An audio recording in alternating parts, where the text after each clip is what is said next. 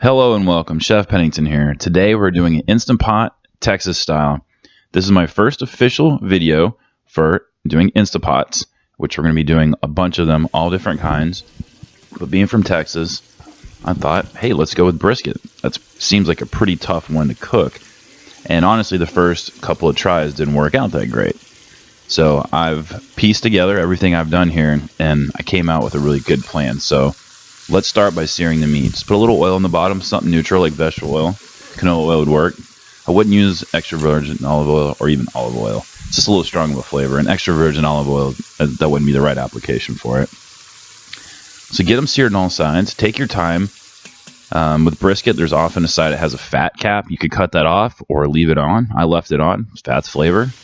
Helps it while it's cooking. And when you put liquid in, go for about 2/3 up the side. There are times we'll braise where we'll only go halfway or even lower, and that makes sense. But since we're pressure cooking, that extra moisture in there helps protect our meat and helps be more moist at the end. So that's important. You could also put tomato sauce in there, which would not be a Texas style at that point. But the tomatoes and the acid in there would tenderize the meat the whole time it cooks. So I'm a fan of that way. Something you could try. Liquid smoke. This is definitely where we get into that Texas style.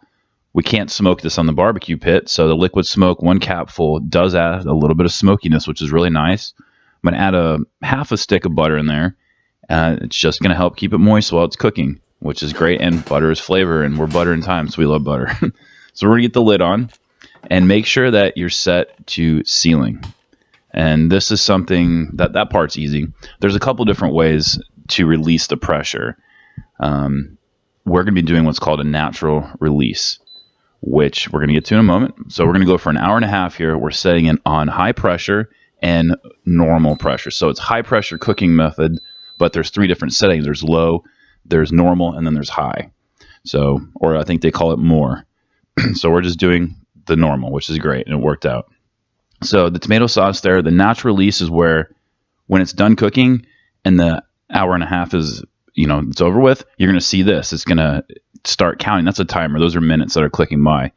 And you can see how long it's been sitting there since the pressure cooker went off. So you can really time in your food really exact. So we're going to wait 30 minutes. You see that little hole right there? That's how you know all the pressure's out. So everything's safe. Once that's down, you're good. And you notice I took a little fork so I wouldn't get any hot heat or steam on myself. And then 1 turn counterclockwise. And we got some meat. So let's take a look. So we have 2 hours into this, which 2-hour brisket is unreal. Brisket usually takes like 12 hours, 8 hours. Not in the oven, but on a barbecue pit. So let's take a look here. This time right here, this was just with the dry rub and then some moist cooking liquid. And that is a really dull knife, and it's still cutting through it like butter, which is great. Let's cut a little bit more here. And I did let this rest for just a little bit before I sliced into it.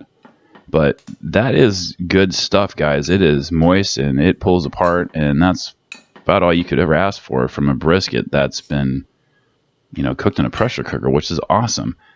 So let's take a little taste.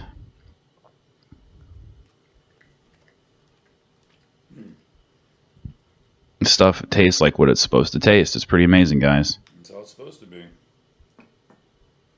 And this pairs great with any kind of sauce you guys could come up with. All meats love a good sauce, right? Come join us on social media. We'd love to have you guys over there. Go ahead and subscribe and hit the like button if you guys enjoyed. The recipe and all the instructions will be below. And you guys have the best. Take care.